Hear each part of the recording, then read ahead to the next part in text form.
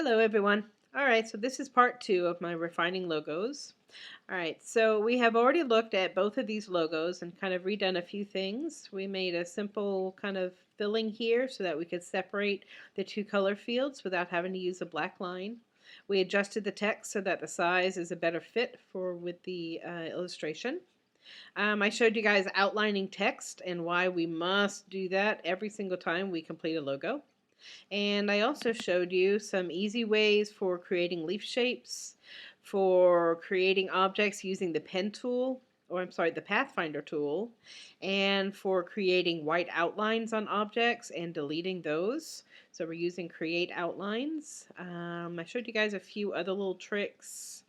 Anyway, just to review, create outlines for your text is under here. Object arrange is another useful one. Object path outline stroke is a critical one that you guys must know. Another useful one to know about is expand appearance. We looked at that. So there's a couple things that we did there. Okay, I always keep my navigator and info windows open. I always keep my Pathfinder align and transform windows open. And I always keep my shapes and my pen tools open. Those are just my personal preferences. By the way, you guys can save your kind of preferred setup by going under Windows and Workspace and New Workspace, and you can actually label it whatever you want. Okay, so I keep this on my logo work because logos is what I do more than pretty much anything else. All right, so I do keep that one right there. All right, let's move on. Okay, so a couple other kind of tricks that you can play with. Okay, now one suggestion I had to the student who did this one was a way to make this almost look like it is hand colored by a child. Because it's such a simple object, but it's also well recognized by anyone who works in scuba diving. Okay, it's the world recognized scuba flag. Okay, but there's probably a more interesting way to illustrate this that would kind of bring us to that kind of childlike quality, but not go over the top and make it really difficult to read. Okay, so I'm going to show you that, and you'll also notice that his text did not transfer either. Okay, and I mentioned this when I was looking at the previous logo. If the text that you have something in is not loaded on the machine of someone who opens that file, and in this case it is not, it will simply substitute that font with something else. So that's why we always, when we're finished with working with text on a logo, we always go down to create outlines. Okay, and we consolidate those strokes by using our Pathfinder tools, and we make sure that that text is no longer text, but it's objects. Okay, it's not an E anymore, it's an object that happens to look like an E according to what Illustrator is thinking. All right, so I talked about that in the previous demo. Please watch it if you haven't already. Okay, all right, so let's get on with this. So first thing I'm going to do is, there's a couple different ways I could do this. I'm not sure which one's going to look better, so I'm going to try it twice. First, I'm going to create a red flag, because that is the International Dive symbol. And it does have a line that goes across it. Okay, and this student already figured out the Pathfinder tools to get that looking nice. I'm going to go ahead and do the same thing. Make sure I'm centered on that corner.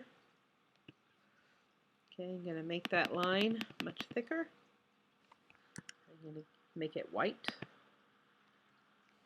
And again, my machine is super slow because currently I'm uploading the last video to YouTube. I'm recording this video and I'm working with Illustrator, so my machine is horribly slow, even more than it usually is.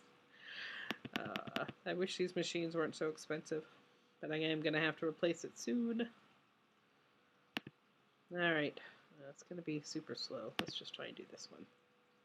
Okay, that's probably a bit thicker than I need it now, though. I am kind of fussy, so, you'll have to bear with me, I'm afraid. Alright, so I have my white stripe on my red flag.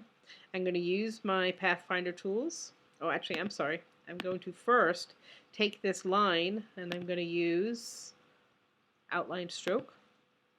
So now it's not a line anymore. Now it's a rectangle, basically, on its side.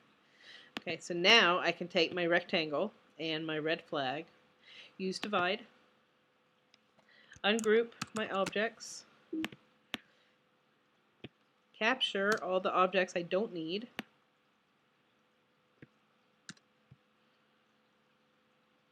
and delete them. Okay, I think that is it. Okay, so now I have my 2 halves. I'm going to go ahead, I'm going to group those together, and now I'm going to play with them. So the effects that I want to show you, and there aren't many of these effects that I would recommend using in the logo.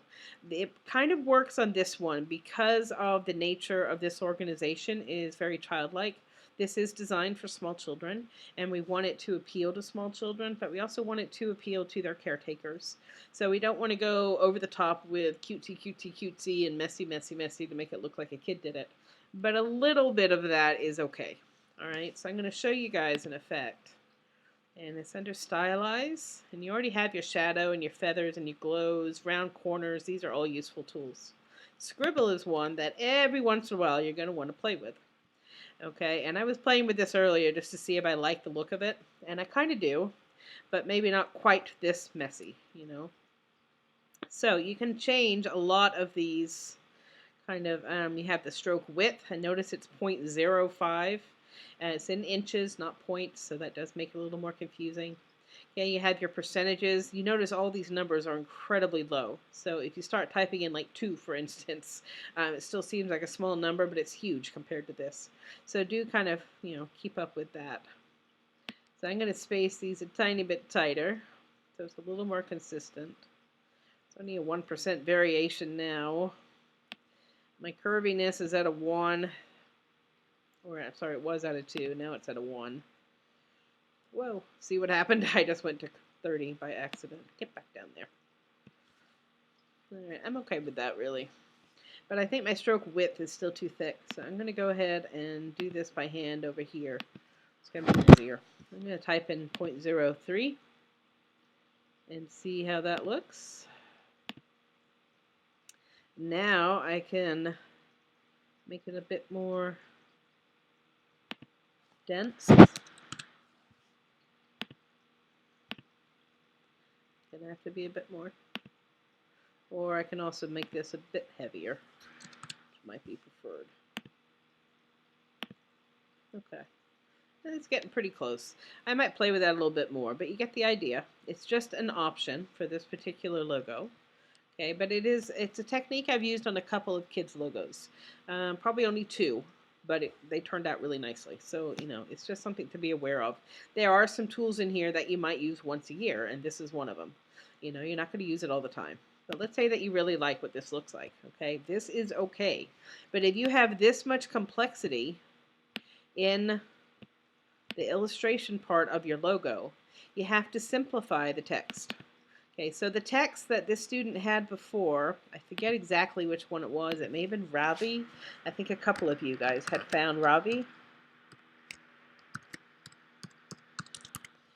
Okay, but if you use, interesting, if you use a really complex font, let's see if I can find one similar to Ravi. Well, here's one that was similar to something somebody else did in another logo. Okay, with lots of curls and all that. Okay, it's a very cute font, but it is not logo appropriate, especially if that logo also has an illustrative component.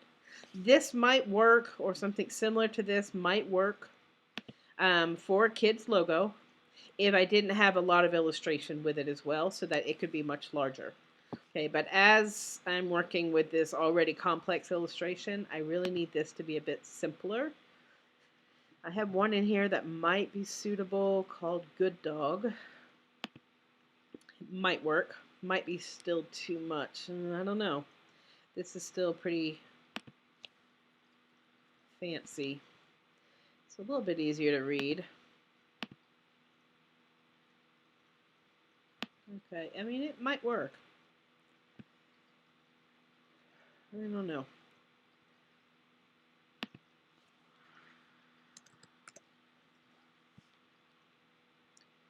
Alright, so let's say, alright, I don't think I probably would use this one. I think I'd still go with something more simple.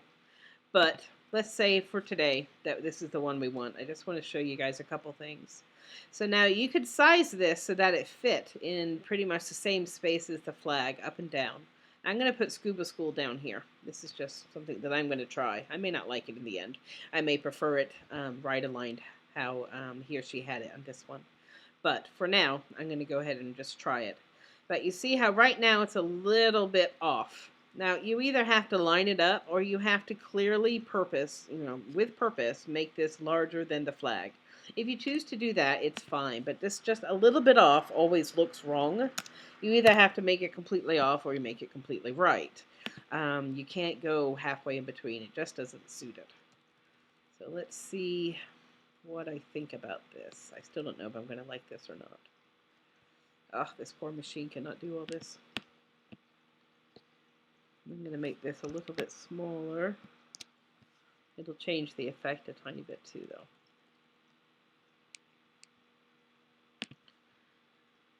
Oh, this poor thing.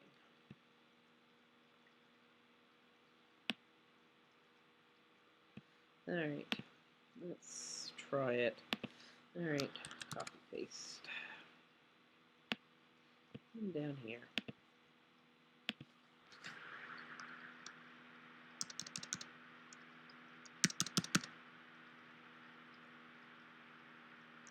Reasons not to try and do 3 complex things with your machine at the same time.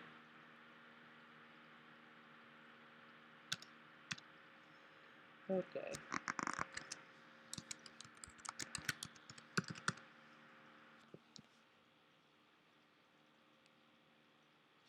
It's still thinking. There it is. Okay. Good lordy. Okay, so, I mean, this would be an option, I guess. I don't know. I don't think I'd like this. If I was doing this, I would probably use a much more simple font. I just don't think I'd go for that. I'd use a sans serif, Futura maybe. I think it'll be too squished. Century Gothic is a nice simple font. That might be a good choice, really. Okay, and in this case, I think I would most likely, I already have it on the bold. It's spaced too far apart. And I would probably drop the size down to fit the flag, or increase the flag to fit the text. And I would do the same thing up here. I would put this in Century Gothic as well. By the way, there are a couple fonts that I would never, ever, ever recommend you guys using. Comic Sans is one of those. It's kind of a joke now. Comic Sans is just a bit of a joke, so we don't recommend that. Papyrus is another one that's become kind of a joke. Avoid it. There's a couple that are in your standard fonts that please don't ever use. They're just overdone completely. Alright, I'm still not super pumped about this. I don't know. We may go back to this then, in this case.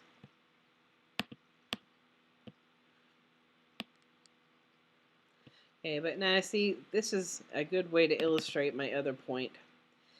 You notice most of these logos that I selected kind of have a square format, but as soon as I do this, it becomes a horizontal format.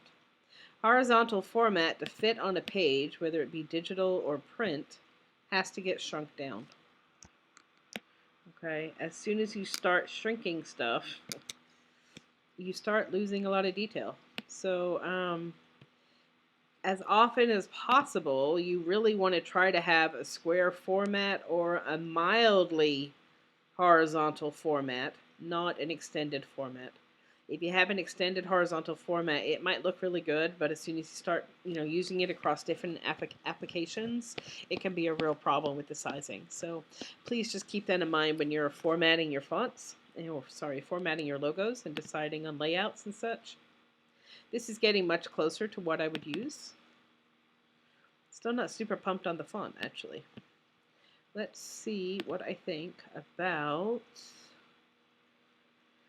let's try Verdana, though Verdana might be not quite right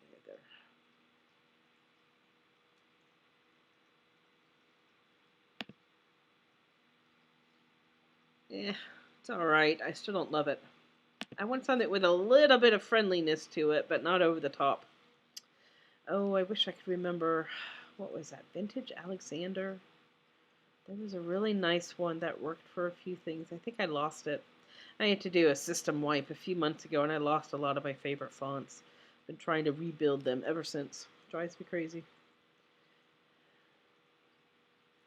I want something with just a little bit of friendliness to it. See, now that's going back to a more classic traditional look, which might work for this, but then it becomes kind of stuffy. And next to this kind of fun, I don't like that either. So I'd probably just have to search for the right font. Actually, I don't hate that. It has potential anyway. I might be able to get something similar to that work. Maybe. Anyway, you get the idea. All right, so you have the illustrative component here, which I found under Effect, Stylize, and in this case it was Scribble. But you do have some other great options here that you just need to be aware of.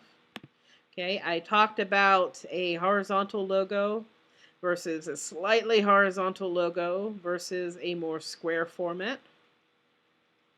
Let's see, what else did I want to talk about? I talked about kerning text.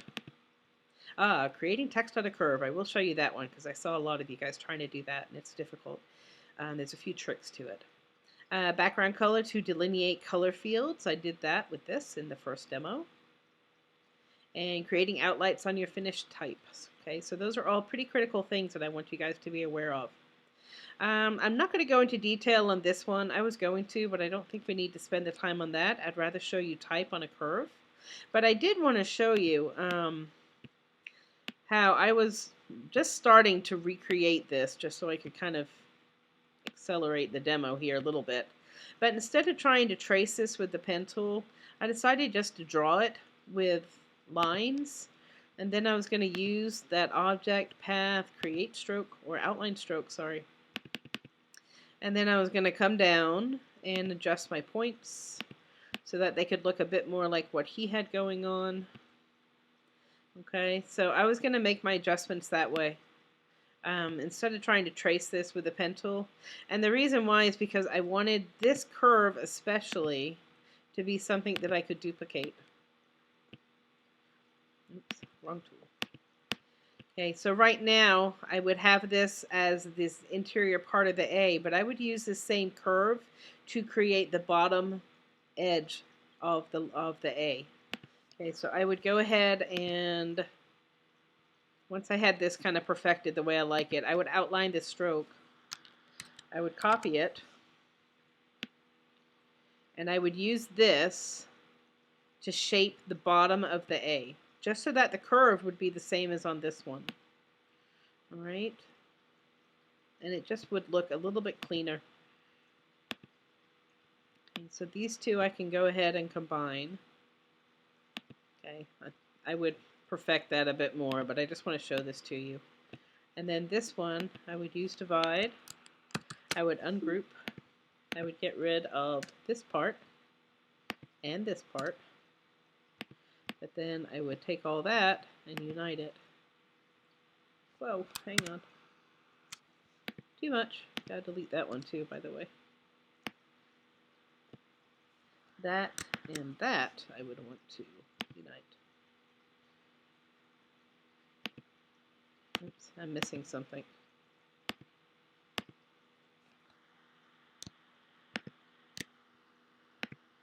There we go. Okay, I don't know what the issue was there. Anyway, this curve now matches this curve, so it's just going to look a little bit cleaner when you go to, you know, the final logo. Because right now this is kind of straight, and this has got a curve to it, and they kind of come at a V. If I were to extend this forever and extend this forever, they would meet in a V over here. So, you know, that may not be necessarily exactly what you want. So for me, I just wanted to match those curves a bit better. And honestly, this is another one when I would probably make an effort to tilt this. If this were the final logo, I don't know if I can even do it from here. Oh, I've got all these grouped together. There's a lot of layers under here, sorry guys. But if you're going to have a tilt on a logo, you want to have it enough of a tilt that it looks purposeful, not on accident. Okay, so I would just increase the tilt on that. Tilting also kind of gives that that appearance of motion and of action, and it's kind of a sports-oriented theme that you could go for. All right, so that is another one. And now let me undo that, get it back where we right, so now I just want to show you guys type on a curve. Let me get these out of the way. I can use this area. Okay, so type on a curve. A couple of you guys might be trying a vintage logo where you're trying to put type on a curve, whether it's a curve that you can see or one that's invisible. I will show you both. Okay, so let's say that you wanted to do a logo where you had the name on the outside of a symbol, outside of a circle, sorry. So I'm going to go ahead and create my circle. I'm going to make another circle inside of that. Okay, I'm going to use my align tools so I can get those perfectly aligned, because nothing's worse when something isn't aligned properly. Okay, I'm going to go ahead and make a copy of the big circle, and the reason for that will be more obvious in a moment. Just going to drag it over there. I'm going to take these two circles, and I'm going to use my, well, there's a couple different ways. I keep using my Pathfinder tool. You can also use Compound Path. That is another option. And there's a couple other different ways that you can do this. Now I tend to use my Pathfinder tools, one because they're open and they're here. I'm used to using them. I find them easy to use. I can get the results that I know I want quickly and easily. So I tend to use them a lot. Alright, so now I basically have like a skinny donut type thing. Okay, so I can put this on any color background.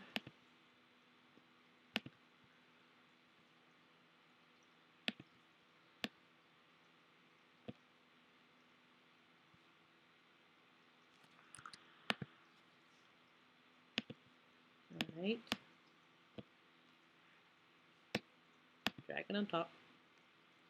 And again, you can use layers for all this, dragging on top and stuff that I'm doing, but for today and for simplicity, I'm just going to work on one layer. Okay, but you get the idea. All right. I'm going to pull it back up here so I can work on my type, and then I can show it to you again in a moment. All right, so I have my circle, and okay, and I want to put text on the outside of this name. Okay, maybe I'll go back to Upper Crust Bakery. Maybe it's kind of perfect for that. Okay, now you notice that I made myself copy this. I could do the same thing now if I wanted to, but it's easier to do it beforehand. Okay, but I'm going to go ahead and, oh, you know what I should have done? I should have made a copy of the smaller one, not the bigger one. Sorry. Let me delete that. I'm just going to draw another circle the size that I need it. And remember, to get a perfect circle, you just use that shift key. Okay.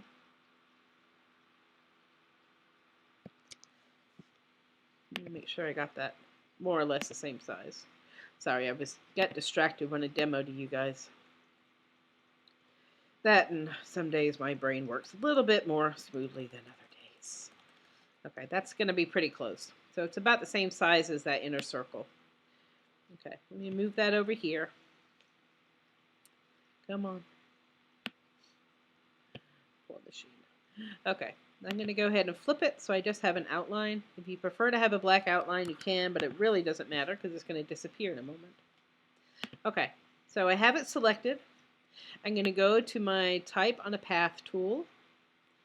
If you haven't tried this, I do recommend you try it because it's pretty fun. Okay, and I'm going to go over to the path that I want to type on.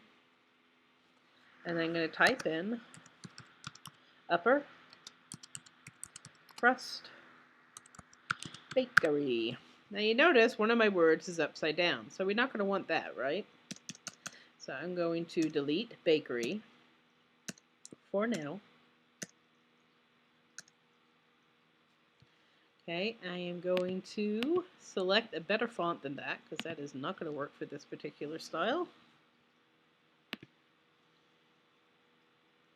Well, it's one of the most boring fonts out there, but just for grins. Actually, no, I can't even do it for grins because I really dislike it. Can't use Times New Roman. It's just not pretty. Okay, I'm not loving that one either, but it'll do for now. No, it won't. See, I'm a little obsessive. Ooh, that one might be pretty. That one might work. Okay, so you can already see a couple issues are coming up. Because it's a small circle and a large font, I don't have enough room.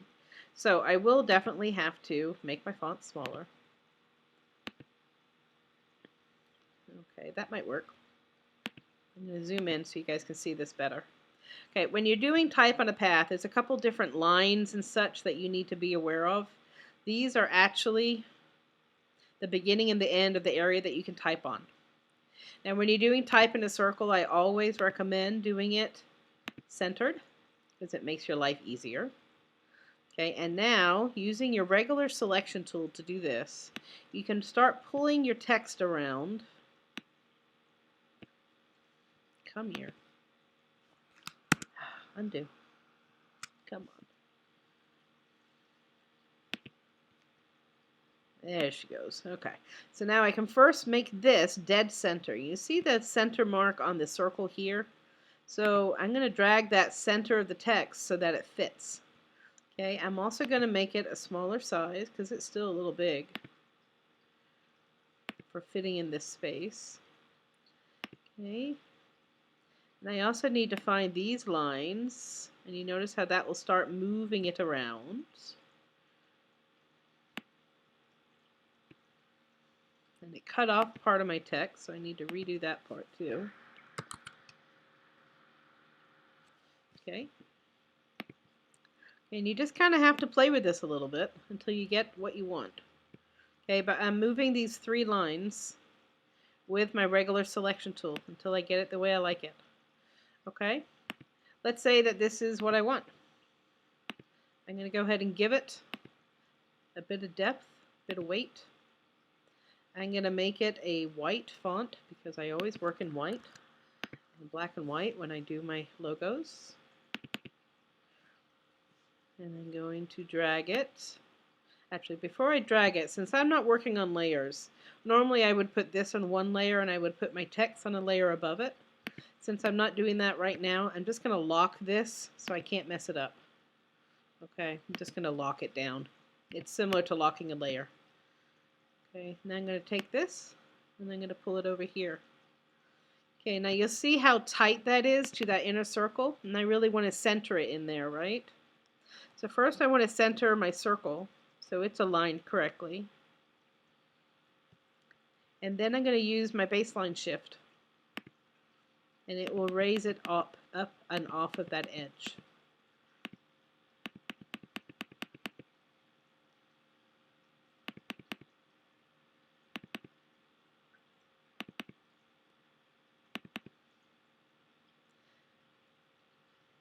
And your machine will be much quicker than this. Mine's just trying to do an awful lot at once here. See, now I've overshot it. Way overshot it. I have to be more patient.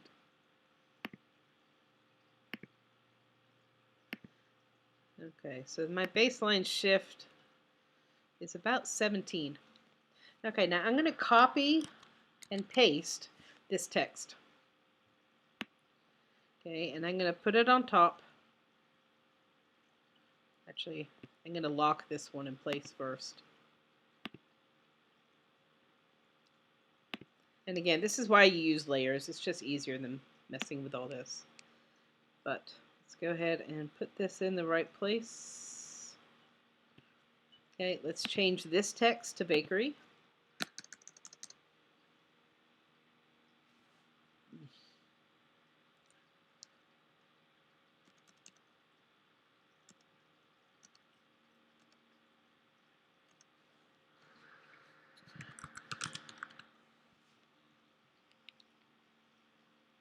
There she goes. Okay, now I can go back to this tool, and something else you're going to need to know how to do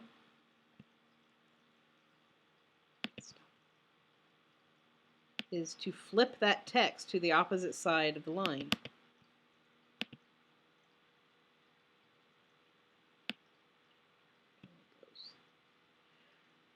The quickest way to do that is to grab this line here and flip it. Okay. Let me change the color of the text just so we can see it temporarily. There it goes. Okay. So you just flip that line, and now you're on the inside of the path instead of on the outside of the path. Okay. So outside of the path, inside of the path. Outside, inside. Okay. And then once you have it on the inside of your path, this is when you use your baseline shift again. Now in this case, you're going to probably have to take it up a whole lot higher. Let's try, well, let's start with 36 and see how that works. Oops. Get over here. Nope, yeah, I'm messing myself up. Hang on. Negative 36. Sorry. I'll get that in a sec. Okay. Come on.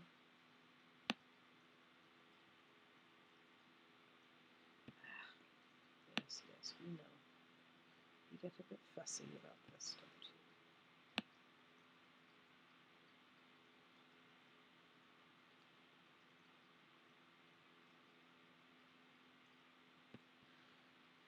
you? We're getting there. Takes a little fussing. Alright, it's a space issue. Back up here. Now we have to take this one, stretch it out here. See, now my extra Y is popping up. Let's get rid of the extra. There we go.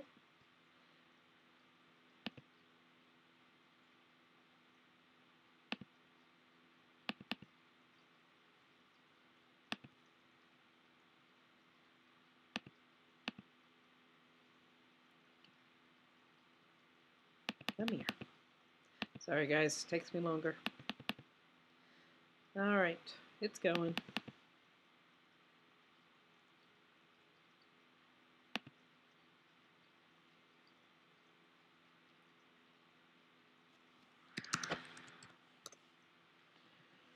Okay, that's pretty good, but I am going to adjust the kerning on that because it's pretty widely spaced, and I don't like it that widely spaced.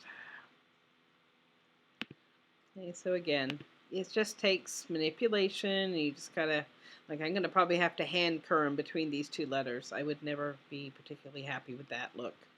Okay, and you also may want to do a smaller or larger font, or there's different things that you can do. Alright, so I basically have 3 layers of information here. I have the black circle, and then I have a layer with my upper crust, and then I have a layer with my bakery. Right? So let's say that I have messed with this. I'd gotten all the spacing just right. All the colors were exactly what I wanted. Everything was good. Okay, I'm going to go ahead and unlock my pieces here. It makes it really difficult when you're not working with layers to find all these pieces, by the way. That's why I tend not to use the locking, unlocking, and I would rather use layers. But for the sake of a demo, it's a lot easier to do it this way. Okay, so let's say that we're happy with that. Let me show you another little trick. I'm going to draw another circle on the outside of this one. Okay. Give it a 0 fill. I'm going to give it an edge. Okay, I am going to lock everything together. What happened to my other piece? There you are. Why are you not there?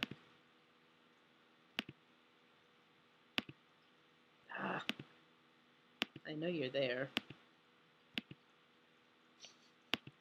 Okay, I missed my layers. It's so much easier.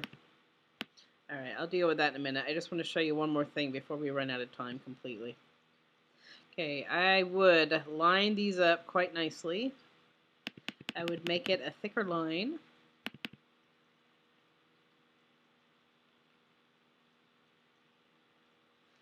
Alright, I would actually, you can also switch how the line lays on the path, whether you want it on the outside of the path, on the inside of the path, or centered to the path.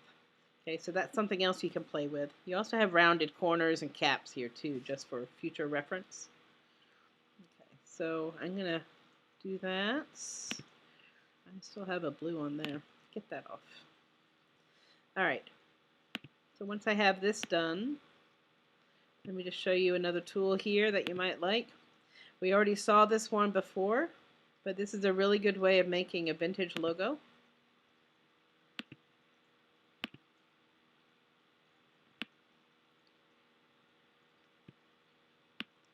Not that much though.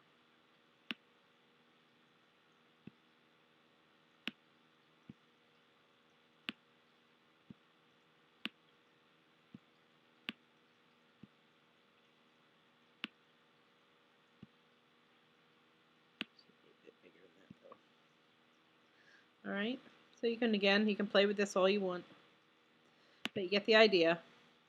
And then I would also go to expand appearance so that that is now a single path. You could also do outline stroke if you wanted. And now you have opportunity to add color once you get this the way you like it.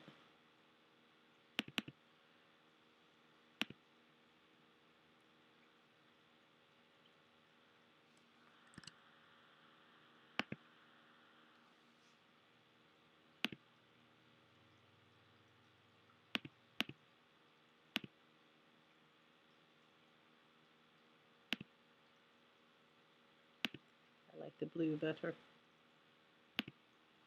I'm not so fond about the blue inside that, though, I don't think.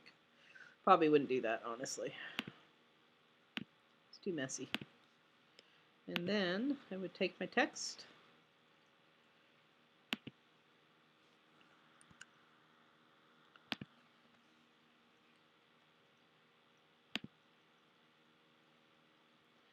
Probably would just do solid color on this, really. But it gives you some ideas anyway. But you can very quickly and easily create some basic logos once you have some ideas and some tools in your toolbox, so to speak. Okay, so you really need to just keep practicing, but there are lots of different kind of tricks that you guys can play with. Okay, it does not mean that you can't learn the pen tool and the Pathfinder tools properly, but there are other tools out there to make certain aspects of your creation a whole lot easier. Okay, and this delineating your color spaces is really critical for most logos. Sometimes you can afford to have color next to color, but all in all, I would recommend not doing it.